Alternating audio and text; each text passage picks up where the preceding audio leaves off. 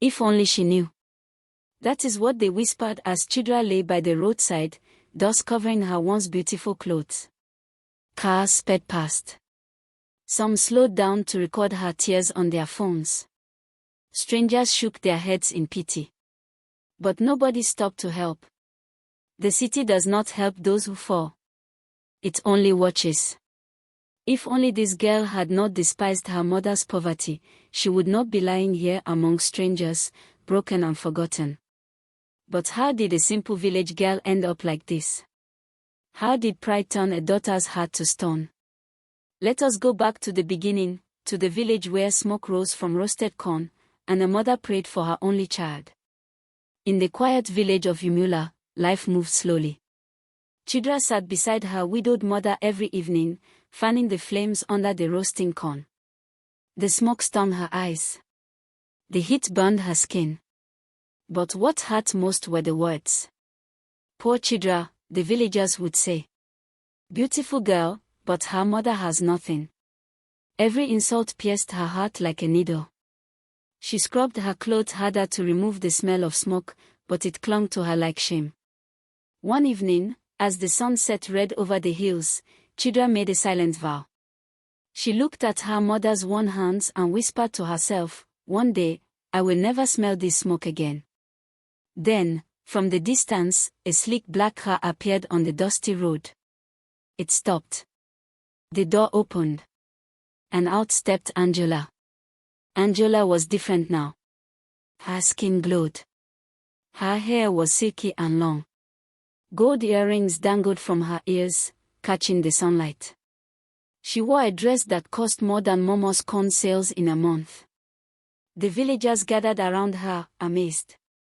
"Is this our Angela?" they asked. Angela smiled confidently, her perfume filling the air. She hugged Chidra and said loudly, "My friend. Still here roasting corn." The words felt like mockery wrapped in sweetness. Angela told stories of the city, tall buildings, expensive restaurants, rich men who adored her. Chidra's envy grew with every word. Before leaving, Angela leaned close and whispered into Chidra's ear, "Come with me to the city. Leave this dust and poverty behind." Chidra's heart raced. Freedom was calling her name. That night, Mama sensed something was wrong. She held Chidra's hand and spoke softly, "My daughter, the city eats those who go hungry for glory. It chews them up and spits them out." But Chidra pulled her hand away. "Mama, you are afraid of progress," she said coldly. "I cannot stay here and suffer like you." Mama's eyes filled with tears, but she said nothing more. While her mother slept, Chidra packed her small bag. She folded her 2 best wrappers, her slippers, and the little money she had saved. Before dawn, she tiptoed to the door. Mama was awake. She stood in the shadows, watching her daughter leave. Tears rolled down her cheeks and fell onto Chidra's bag. "Go, my child," Mama whispered. "But don't forget where home is." Lagos welcomed Chidra with lights that never slept. Tall buildings touched the clouds. Cars honked endlessly. People rushed everywhere like ants. Angela's apartment was small but stylish, shared with 2 other girls who barely spoke. Chidra stared out the window, mesmerized. This was the life she dreamed of. But by the 3rd day, reality arrived. "Rent is due in 2 weeks, Angela announced. "We each pay 15,000 naira. Chidra's stomach twisted. She had only 3,000 naira left. "But how do I get that much?" she stammered.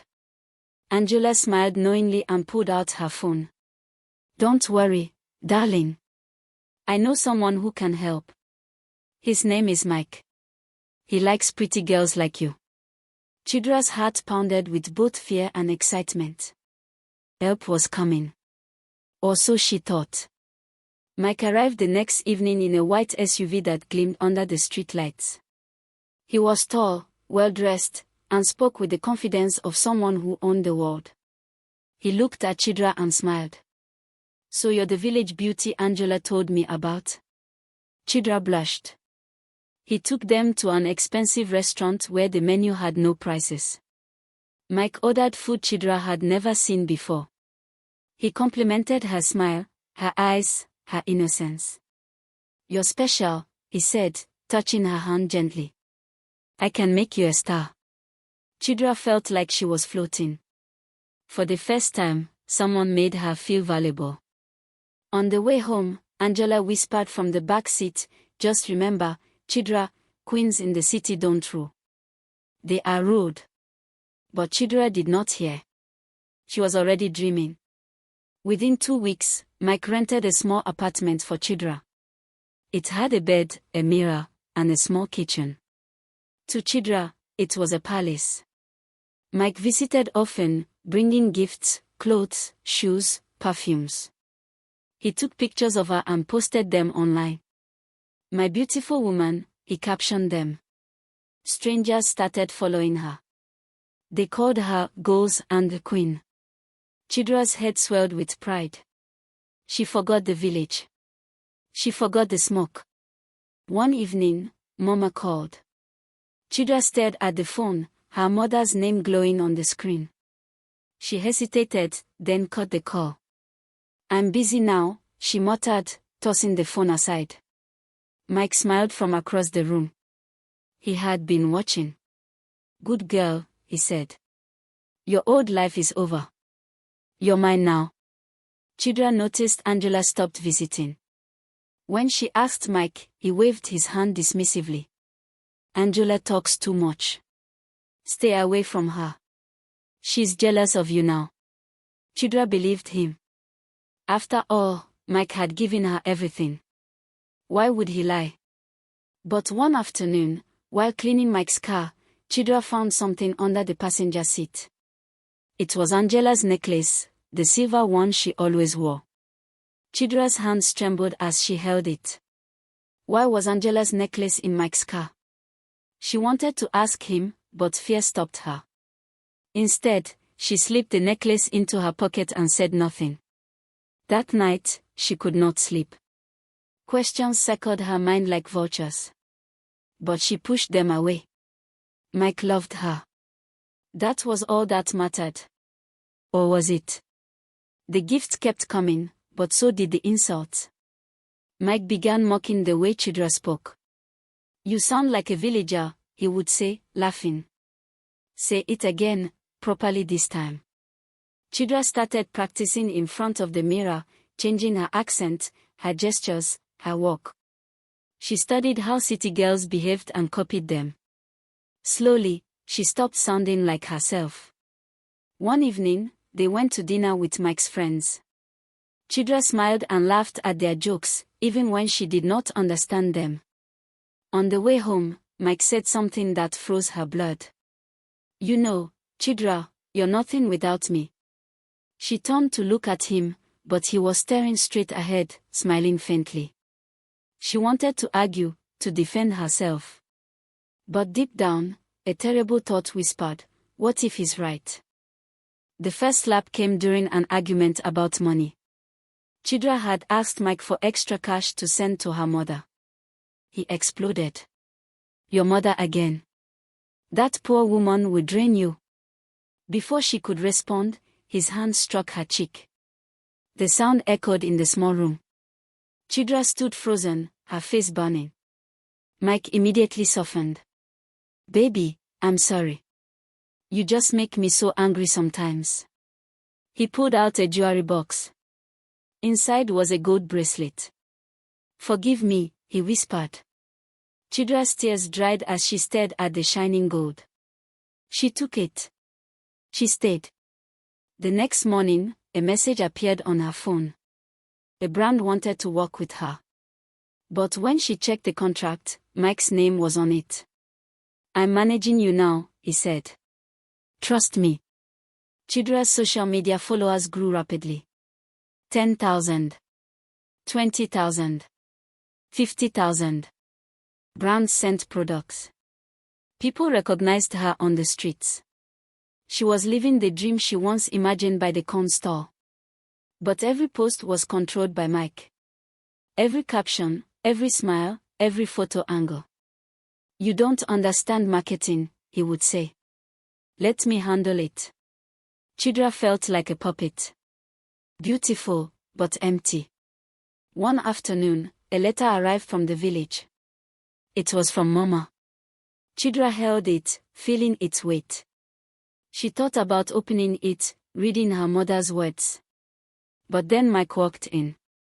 What's that? He asked sharply. Nothing, Chidra said, hiding the letter under a pillow. That night, the letter remained unopened. The distance between mother and daughter grew wider. Like a river no bridge could cross. A popular blogger invited Chidra for an interview. The camera lights were bright. The questions were easy. Tell us your grass to grace story, the blogger said, smiling. Chidra sat up straight, confident. My mother was poor. We sold roasted corn in the village. But I refused to accept that life. I came to the city and made it on my own. The internet exploded with praise. Queen of self-made success, they wrote. Chidra felt powerful. But far away in Umula, Mama watched the video on a neighbor's phone. She heard her daughter's words. Her heart shattered into 1,000 pieces. That evening, Mama collapsed beside her corn stall. Neighbors rushed her to the local clinic. She whispered only one word as she lay on the mat, Chidra. But Chidra did not know. She was too busy celebrating her viral fame. Chidra decided to visit home for the first time in months. She packed a bag and told Mike.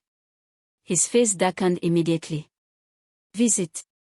For what? He asked coldly. You're too big for that village now. You'll ruin your image. Chidra hesitated. But my mother, your mother will be fine, Mike interrupted. Besides, I have a surprise for you. He led her outside. Parked in front of the apartment was a brand new red car with a bow on top.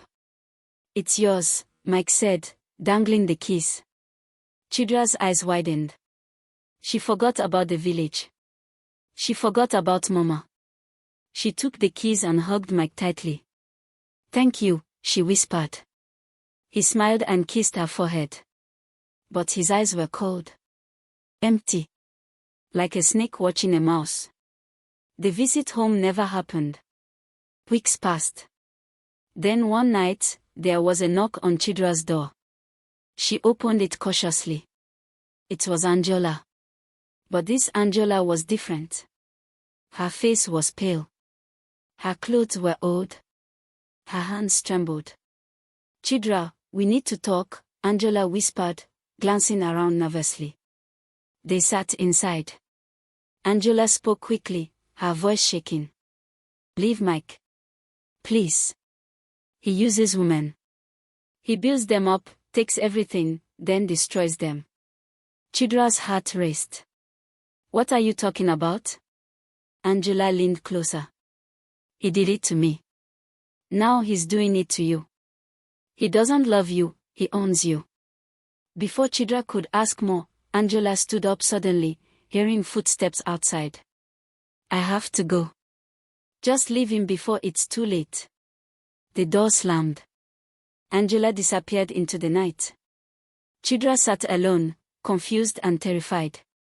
The next morning, Chidra woke to her phone buzzing uncontrollably. Messages flooded in. She opened her social media and gasped. Private pictures of her, some she did not even remember taking, were leaked online. Voice notes of her talking to Mike, edited to sound awful, played everywhere. The comments were cruel. Fake queen. Village rat. She deserves this. Chidra's hands shook as tears streamed down her face. She called Mike immediately. Did you see what happened? She cried. Mike's voice was calm. Too calm. Yeah, I saw. Maybe you should be more careful. Something in his tone felt wrong. That evening, Chidra searched Mike's laptop while he was showering. Her heart stopped. There, in a hidden folder, were all the leaked files. Screenshots. Voice notes. Photos. Everything. Mike had leaked them himself. When Mike came out of the bathroom, Chidra was standing with his laptop open. "You did this," she said, her voice shaking with rage. Mike's face remained emotionless. Then he laughed. A cold, cruel laugh. "So what if I did?" he said, stepping closer. "Everything you have, your followers, your brand deals, even your name, I own it all." Chidra's legs felt weak. "Why?" she whispered. Mike shrugged. "Because I can. You were nobody. I made you somebody. And now I'll make you nobody again." He grabbed his phone and opened her banking app. With a few taps, he deleted it from her device. "Now go beg if you can," he said, smacking. Chidra lunged at him, but he pushed her aside effortlessly. She fell to the floor, sobbing. Mike walked out, leaving the door wide open. Within days, everything collapsed. Chidra's followers turned against her. Brands cancelled their contracts. Angry messages filled her inbox. Then the landlord came. "Rent hasn't been paid in 2 months," he said. Mike used to pay, but he stopped. "You have 1 week." Chidra called Mike, blocked. She called Angela, number switched off. Panic set in. She sold the jewelry Mike gave her, but it was fake. The gold bracelet. Painted metal. The designer bags. Cheap imitations. Everything was a lie. On the 7th day, the landlord locked her out. Chidra stood outside with one small bag, staring at the locked door. She opened her wardrobe earlier that morning to find it empty. Mike had taken everything. The city that once glittered now felt like a prison. Cold. Heartless. Unforgiving. That night, Chidra slept in an unfinished building. Mosquitoes bit her. The concrete floor was cold and hard. She crawled into a ball, shivering. For the first time in months, she remembered her mother's voice clearly. "The city eats those who hunger for glory." Tears rolled down her cheeks. She had been so foolish. So proud. So blind. As dawn broke, she heard footsteps. Someone was entering the building. Chidra looked up, afraid. A figure appeared in the doorway, silhouetted against the rising sun. It was a woman. Barefoot. Crying. As she stepped closer, Chidra's heart stopped. "Angela," she whispered. Angela collapsed beside her, sobbing. "He destroyed me too," Angela said. "I had nothing left. I've been living on the streets for weeks." The 2 girls sat together in silence, 2 broken queens in a city that had no mercy. Angela wiped her tears and spoke quietly. "Mike promised me everything. He posted my pictures, got me followers, made me famous. Then he took it all, my money, my dignity, everything." Chidra listened, horrified. "He has done this to so many girls," Angela continued. "We are just trophies to him. Beautiful things he uses and throws away." Chidra felt sick. "Why didn't you warn me sooner?" Angela looked down, ashamed. "I tried. But I was scared. And I thought maybe you'd be smarter than me." She paused, then added, "There's something else you should know. Mike is getting married next week. To a politician's daughter. A big society wedding." Chidra's words spun. While she was sleeping on concrete floors, Mike was planning a wedding. He had moved on effortlessly. Like she never existed. Chidra knew what she had to do. With trembling hands, she borrowed a phone from a kind woman selling oranges by the road. She dialed the number she had ignored for months. It rang once. Twice. Then a weak voice answered. "Hello." It was Mama. Chidra's throat closed up. She could not speak. "Hello. Who is this?" Mama asked again, her voice frail and tired. Finally, Chidra whispered, "Mama, it's me." Silence. Then Mama began to cry. My daughter. Is it really you? Yes, Mama, Chidra sobbed. I'm sorry. I'm so sorry. I mocked you. I abandoned you. I was foolish and proud. Mama's voice cracked. Where are you, my child? Lagos, Mama. I have nothing. I have nowhere to go. Mama's reply was immediate. Come home, Chidra. Come home to me. A kind bus driver, hearing Chidra's story, let her travel for free. She sat at the back with only a torn plastic bag containing her last belongings. The girl who once dreamed of escaping the village was now returning in shame. As the bus entered Umula, Chidra pulled her wrapper over her head, hiding her face. Children playing by the roadside stopped and stared. Isn't that Chidra? One whispered. The one who went to Lagos. The bus stopped at the market. Chidra stepped down slowly, her legs weak. The village looked smaller than she remembered. Simpler. Peaceful. She walked toward her mother's corn store, her heart pounding. Then she saw her. Mama. Older. Thinner. But still standing by her fire, roasting corn. Their eyes met. And Mama ran. She ran like a young woman, tears streaming, arms wide open. Mama did not ask questions. She did not scold or lecture. She simply held her daughter tightly as villagers gathered to watch. Chidra collapsed in her mother's arms, sobbing uncontrollably. Mama, forgive me, she cried. I said terrible things about you online. I mocked your poverty. I abandoned you when you needed me. Mama stroked her hair gently. Hush, my child. You are home now. That is all that matters. But Chidra could not stop. I thought the city would make me somebody. But it made me nothing. I lost everything, my dignity, my peace, my soul. Mama lifted Chidra's face and looked into her eyes. You have not lost everything, my daughter. You still have me. You still have home.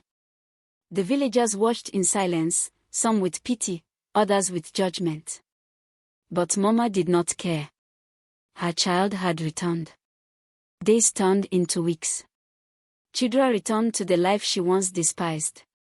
She woke early to help Mama prepare corn. She fanned the flames. She smiled at customers. At first, people mocked her. The city girl is back to roasting corn, they whispered. But slowly, Chidra found something she had lost, peace.